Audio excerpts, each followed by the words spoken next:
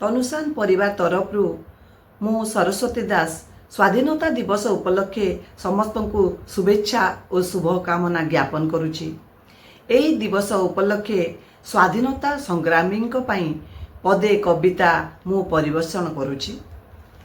देई जाइअछ देश स्वाधीनता प्राण को करिछ दान, रखी जाइअछ वीरर मर्यादा भारत मातार मान। अंधकारमय आकाश रे तुमे तारा परी फुटिथिल, देश जाति पाई सलिताटे होई जीवन को जाली देल।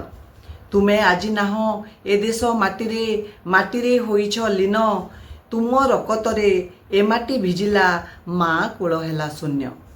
तथापि हारिन गोरांकु डरिन छाती पाती सही अछ, हसी हसी देई प्राण को समर्पी शत्रु दूर करिअछ।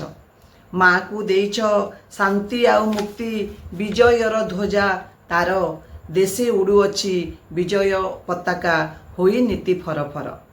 सलाम करुछि वीरत्व को तुम हृदय कमलु मोर, सलाम करुछि वीरत्व को तुम हृदय कमलु मोर।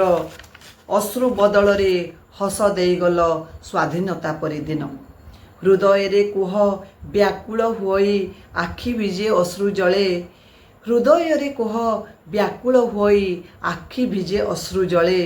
वीरत्व को तुम सम्मान करुछि त्रिरंगा पताका तले, वीरत्व को तुम सम्मान करुछि त्रिरंगा पताका तले।